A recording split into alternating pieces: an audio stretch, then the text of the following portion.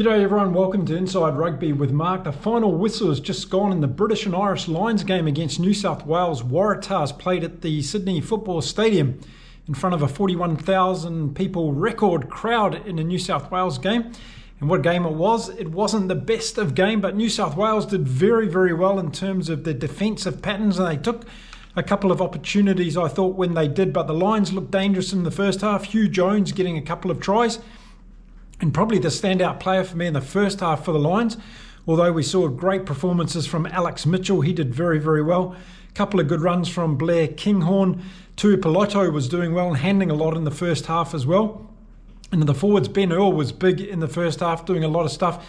But it was really in the scrummaging that the Lions had the advantage. And where it really fell down for New South Wales in that first 20 minutes of the game was Taniela Tupou, the prop for New South Wales, was getting penalised. In fact, he got penalised 4 times on the trot from the referee for his angle and popping up in the scrum. He didn't have it against Schumann, who was propping very, very well. So Schumann, for me, was a standout in that first half for the British and Irish Lions because he was able to put that pressure on Tupou in the scrums, and that gave the British and Irish Lions a lot of advantage in that first 20 or 30 minutes of the game.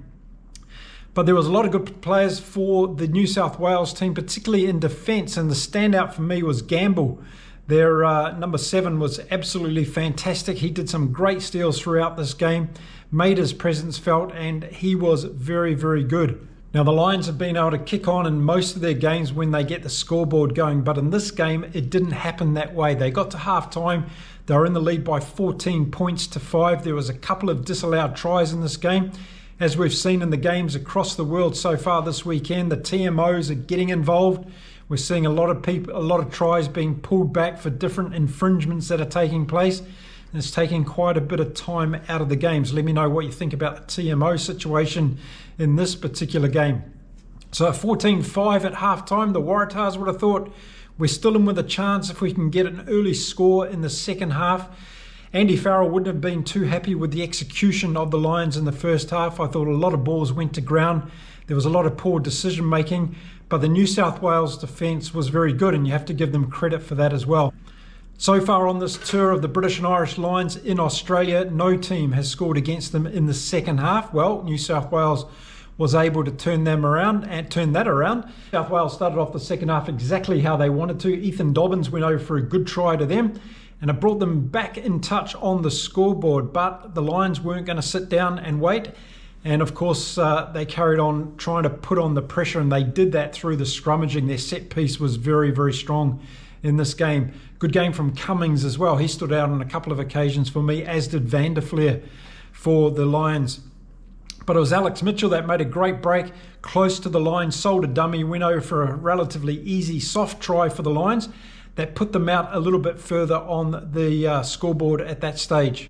So it was 21 points to 10 after 50 minutes, and Andy Farrell decided to bring on the Lions bench. So we saw a lot of changes coming on. A new front row, including Genge, was in there as well. And we saw the continuation of the pressure being put on by the British and Irish Lions in the scrummaging. And that was really a big key point of this game. The New South Wales front row, when they were changed, just couldn't handle the pressure that was being put on, and we were seeing penalties almost from every New South Wales scrum.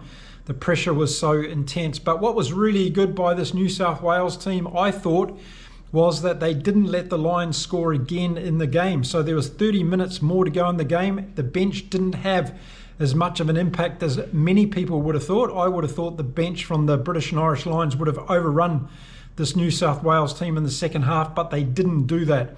And credit to them, New South Wales. They stuck in there.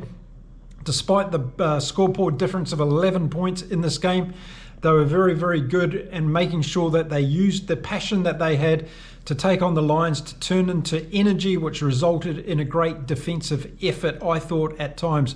A couple of soft tries for the Lions, but then when you've got people like Hugh Jones, who had a really good game, they were able to break through and score some really brilliant tries. And Alex Mitchell's try, as I said, was a little piece of individual magic where he sold the dummy and got over a tiring New South Wales defence at that stage of the game.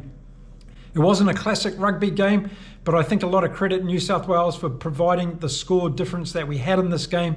It could have been, a lot of people were expecting another 50-pointer from the British and Irish Lions, but it didn't turn out that way.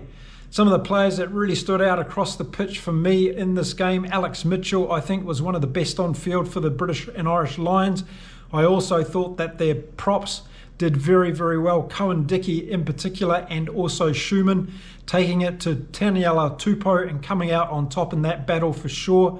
Cummings did well at lock, and also Ty Byrne played a good game as the captain of the Lions today.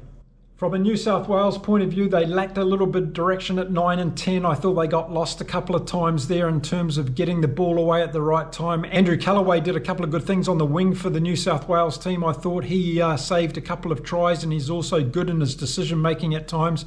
And it'll be interesting to see whether we're going to see him in the Wallabies jersey against this British and Irish Lions outfit.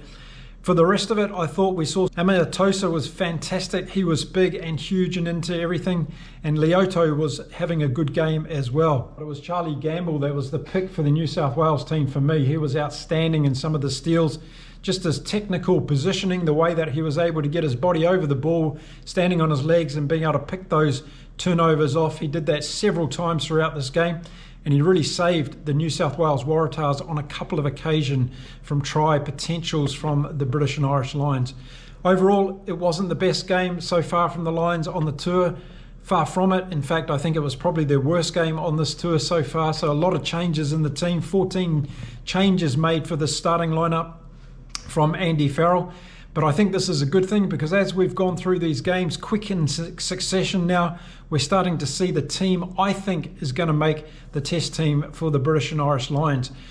So there we go, a couple more games now from the British and Irish Lions before we head to that first test on July the 19th in Brisbane. That's going to be played at Suncorp Stadium. I'm going to come back with an in-depth video about this game in the next couple of days and give you my thoughts around it in more detail. But the final whistle's just gone, and I thought I'd throw out there my first reactions to this game between the British and Irish Lions and the New South Wales Waratahs. 21 points to 10 in favour of the Lions. A good win, but not a great game of rugby from them. They'll be disappointed, and I think Andy Farrell will go away and have quite a lot to think about from some of the positions that were taking the field in this particular game from the Lions. Okay, that's it for this video. Getting ready for more games this weekend. They keep rocking and rolling as we've got this wonderful weekend of rugby. I'll be back again soon with some more content. Until then, thanks very much for watching. Stay tuned for more here on Inside Rugby with Mark. Bye for now.